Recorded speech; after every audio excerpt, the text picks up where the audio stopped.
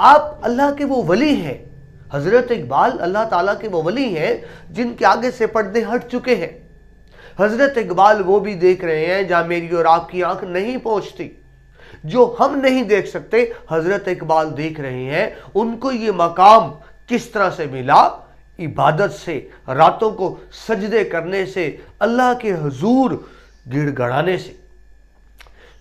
عزیز طلباء، پس منظر ذہن میں رکھیے، حضرت اقبال کے والد انتہائی نیک، فرشتہ صف انسان، آپ کی والدہ 5 ٹائم کی نمازی، تہجد گزار، گھر میں دن رات قرآن پاک کی تلاوت، یہ وہ ماحول تھا جس میں حضرت اقبال کی تربیت ہوتی ہے۔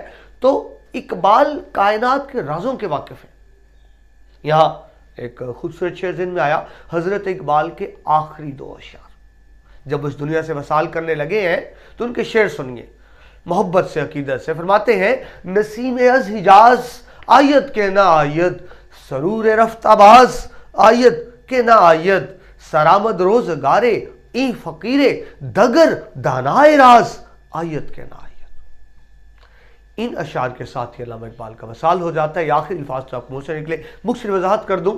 نسیم از حجاز، نسیم ٹھنڈی ہوا، حجاز عرب سے آنے والی، مکہ مدینہ سے آنے والی، یعنی آپ فرماتے ہیں میری شاعری ٹھنڈی ہوا تھی عرب کی، یعنی میں اپنی شاعری میں اسلام کی ترویج کرتا تھا۔ سرور رفتہ باز آیت کے نہ آیت، سرور مزہ رفتہ باز گزرے ہوئے زمانے کا، میری شاعری مسلمانوں کی عظیم ماضی کو بیان کرتی تھی، میں بتاتا تھا مسلمانوں کا ماضی کتنا شاندار ہے۔ سرآمد آیا ہوا ہے روزگار زمانے میں، ای فقیرے مجھ جیسا فقیر، اس زمانے میں تو مجھ جیسا فقیر موجود ہے جس کے آگے سے پردے ہٹ چکے ہیں، جو وہ جانتا ہے جو تم نہیں جانتے۔ اور آخری مصرع، دگر دنائے راز آیت کے نہ آیت، مجھ جیسا کائنات کے رازوں کا واقف اس دنیا سے جا رہا ہے، میرے بعد کوئی ایسا واقف حال آئے یا نہ آئے۔ عزیز طلباء، انسانی تاریخ گواہ ہے کہ حضرت اقبال جیسا شاعر دوبارہ نہیں ہو۔ یا میں آپ کو صرف سمجھانے کے لیے بات عرض کروں، اردو کے ایک طالب علم کی حیثیت سے میں غالب کو بہت پسند کرتا ہوں، شدت کی حد تک پسند کرتا ہوں، جنون کی حد تک پسند کرتا ہوں غالب کو، لیکن اپنی تمام تر پسندی کے باوجود میں غالب کو صرف غالب کہوں گا۔ لیکن جب اقبال کا نام آئے گا تو میں کہوں گا حضرت علامہ محمد اقبال رحمت اللہ علیہ۔ فرق سمجھیے، غالب شاعر بڑا ہے، اقبال انسان بڑے ہیں۔ بحیثیت انسان غالب کون تھا؟ شرابی تھا، جواری تھا، شاعر تو بہت بڑا تھا۔ حضرت اقبال اللہ کے ولی ہیں، اللہ کے نیک بندے ہیں، وہ بندے جن کے آگے سے پردے ہٹ چکے ہیں، جو وہ دیکھ رہے ہیں جو میں اور آپ دیکھ نہیں سکتے۔ اقبال محرم اسرار حیات ہے۔ حضرت اقبال برے صغیر کے واحد فلسفی شاعر ہیں۔ فلسفی کون ہوتا ہے؟ جو کائنات کو گہرائی سے دیکھتا ہے، بادی نظر نہیں دیکھتا، وہ غور کرتا ہے یہ کیا ہے، کیوں ہے، کب ہے، کہاں ہے، کیسے ہے۔ عزیز طلباء، جو کیا، کیوں، کب، کہاں، کیسے جیسے سوالوں پہ غور کرے اس کو فلسفی کہتے ہیں۔ آپ برے صغیر کے فلسفی شاعر ہیں۔ جب آپ فلسفیانہ نظر سے دیکھتے ہیں تو پھر آپ یہ جان پاتے ہیں اور ہمیں بتاتے ہیں انسان کیا ہے، انسان کی حقیقت کیا ہے، یہ کائنات کیا ہے، اس کائنات کی حقیقت کیا ہے، انسان کا کائنات سے کیا رشتہ ہے، کائنات کا انسان سے کیا رشتہ ہے، انسان کائنات پہ کس طور اثر انداز ہوتا ہے، انسان کی کامیابی کیا ہے، ناکامی کیا ہے۔ یہ موضوعات ہمیں صرف حضرت اقبال کے ہاں ملتے ہیں کیونکہ وہ فلسفی شاعر ہیں۔ حضرت اقبال کی شاعری میں مقصدیت پسندی اور تبلیغ دین ہے۔ آپ کی شاعری بلا وجہ نہیں ہے۔ پرانے شاعر کون تھے جو محبوب کے لب و رخسار کی شاعری کرتے رہے، خود بھی برباد ہوا، قوم کو بھی تباہ کیا۔ انہی پرانے شاعروں کے بارے میں قرآن پاک پہ پوری سورہ شعراء جس میں اللہ فرماتے ہیں یہ شاعر جہنم کا ایندھن ہوں گے۔ لیکن یاد رکھیے یہ بات سب شاعروں کے ذریعے نہیں ہے، ایسے ایسے شاعر بھی آئے جنہوں نے اسی شاعری کے ذریعے صحیح قوم کو جگایا، اسی قوم سے تبلیغ دین کا کام لیا، اسی شاعری سے لوگوں میں نیکی پھیلائی۔ ان میں حضرت علامہ اقبال کا نام بہت بڑا ہے، مولانا الطاف حسین حالی ہیں، مولانا ظفر علی خان ہیں اور بے شمار شاعر ہیں۔ تو آپ نے اپنی پوری شاعری سے تبلیغ دین کا کام لیا۔ یہ ایک بہت بڑا اعزاز ہے۔ یاد رکھیے اقبال کے جتنے بھی اشعار ہیں اردو کے، فارسی کے، وہ محض قرآن و حدیث کا ترجمہ اور تشریح ہے، اور یہ بہت بڑی بات ہے۔ قومی و ملی شاعر، آپ رہنما بھی تھے، قوم کے لیے بھی شاعری کی، ملت کے لیے بھی شاعری کی۔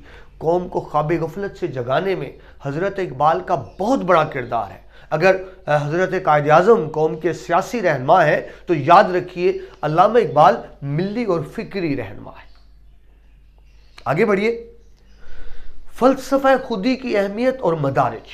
فلسفہ خودی، حضرت اقبال کی شاعری کا مرکز اور محور فلسفہ خودی ہے۔ اگر میں یوں کہوں کہ اقبال کی شاعری سے فلسفہ خودی کو نکال دیا جائے تو یوں ہوگا گویا ایک پھول بغیر خوشبو کے۔ پھول کی حقیقت خوشبو سے ہے، حضرت اقبال کی حقیقت، شاعری کی حقیقت فلسفہ خودی سے۔ خودی کیا ہے؟ اپنی ذات کا شعور حاصل کرنا، اپنے آپ کو جاننا، اپنے آپ کو پہچاننا۔ میں نے بھی عرض کی اقبال قرآن کی تشریح کرتے ہیں، یہ دراصل قرآن کی آیت ہے، جس نے اپنے نفس کو پہچانا اس نے اپنے رب کو پہچانا۔ تو اقبال یوں فرماتے ہیں، ڈھونڈتا پھرتا ہوں اے اقبال اپنے آپ کو، ڈھونڈتا پھرتا ہوں اے اقبال اپنے آپ کو، آپ ہی گویا مسافر، آپ ہی منزل ہوں میں۔ انسان اپنی منزل خود ہے۔ یہ ہے خودی، اپنی ذات کا شعور حاصل کرنا، اپنے بارے میں جاننا میں کون ہوں۔ مجھے یہ جاننا چاہیے میں نائب خدا ہوں، میں اشرف المخلوقات ہوں، مجھے اللہ نے فضیلت دی تمام کائنات پہ، تمام مخلوقات، چرند پرند درند، سب پہ مجھے فضیلت دی گئی۔ مجھے کسی مقصد کے لیے بھیجا گیا، میں اعلیٰ مقاصد کی تکمیل کے لیے بھیجا گیا۔ میں بار بار یہ عرض کرتا ہوں کہ انسان اور جانور میں بنیادی فرق یہی ہے کہ جانور کا مقصد زندگی نہیں ہوتا، انسان مقصد زندگی لے کر آتا ہے۔ اگر مقصد زندگی کو نکال دیا جائے تو انسان اور جانور میں کوئی فرق باقی نہیں بچتا۔ تو یہ ہے فلسفہ خودی، اپنی ذات کا شعور حاصل کرنا، اپنے مقصد زندگی سے آگاہ ہونا۔ یہ حضرت اقبال اپنی شاعری میں فلسفہ خودی کو بیان کرتے ہیں، اس کے مدارج بیان کرتے ہیں۔ آپ پڑھ چکے دوسرے سبق تشکیل پاکستان میں کہ پہلا مرحلہ ہے اطاعت، اللہ رسول کی اطاعت، دوسرا ضبط نفس، اپنی خواہشات پر قابو پانا، تیسرا نیابت الہی کہ اس چیز کا شعور حاصل کرنا کہ میں اللہ کا نائب ہوں۔ جب انسان یہ شعور پا جاتا ہے تو فلسفہ خودی مکمل ہوتا ہے، یعنی وہ خودی تک پہنچ جاتا ہے۔ حضرت اقبال خوش شکل ہے، خوش آواز ہے، خوش نوا ہے۔ لیکچر شروع ہونے سے پہلے آپ نے شاعری کے کچھ شکوے کے کچھ بنیادی ابتدائی اشعار سنے۔ اگرچہ یہ بات مکمل تو تصدیق شدہ نہیں ہے، لیکن منسوب ہے کہ حضرت اقبال کی اپنی آواز تھی۔ لیکچر شروع ہونے سے پہلے جو اپنے اشعار سنے، ان کے بارے میں کہا جاتا ہے کہ حضرت اقبال کی اپنی آواز تھی۔ اس پہ تحقیق ہو رہی ہے۔ آواز کی کھنک بتاتی ہے کہ کشمیری لہجہ ہے، الفاظ کا تاثر، الفاظ کی ادائیگی بتاتی ہے کہ بہت احسن انداز سے ادا کیا گیا، اور ایسا شاعر خود ہی کر سکتا ہے۔ کہا جاتا ہے نا کلام شاعر بزبان شاعر، تو ایک کہا جاتا ہے کہ حضرت اقبال کی اپنی آواز تھی جو آپ نے شروع میں اشعار سنے۔ حضرت اقبال یوں ہی ترنم میں اپنا کلام سنایا کرتے تھے۔ وہ شکوہ کے بنیادی اشعار تھے۔ حضرت اقبال اللہ سے شکوہ کرتے ہیں کہ مسلمان زوال کا شکار ہے۔ آگے چل کے کہتے ہیں کہ رحمتیں ہیں تیری اغیار کے کاشانوں پر، برق گرتی ہے تو بیچارے مسلمانوں پر۔ اللہ تعالیٰ یہ تیرا کون سا انصاف ہے؟ تو جوائی فقہ میں اللہ کی طرف سے جواب ہے، آخری شعر بڑا مشہور کہ محمد سے وفاتوں نے تو ہم تیرے ہیں، یہ جہاں چیز ہے کیا لوح قلم تیرے ہیں۔ اللہ فرماتے ہیں انسان تو دنیا کی حکومت مانگتا ہے، میری نبی کی غلامی تو اختیار کر، میری نبی کی محبت تو اختیار کر، میں 7 کائناتیں تیرے قدموں میں ڈال دوں گا۔ تو اس کے آپ نے چند ابتدائی شعر سنے۔ جی حضرت اقبال سچے عاشق رسول ہیں۔ آپ کی رگ رگ میں، آپ کے الفاظ میں حب نبوی کا عنصر نمایاں ہے، ہم دیکھیں گے۔ حضرت اقبال ایک شاعر ہے، ایک عہد ہے، اقبال ایک عہد کا نام، اور اس سے بڑھ کر حضرت اقبال ایک مضمون ہے۔ حضرت اقبال ایک مضمون ہے، ذہن میں رکھیے۔ میں نے بھی آپ سے عرض کی کہ اقبال کی پوری شاعری قرآن و حدیث کی تشریح ہے، یہ اقبال کا کارنامہ۔ اور پھر دیکھیے اللہ نے انعام بھی کیا دیا۔ انعام وہ دیا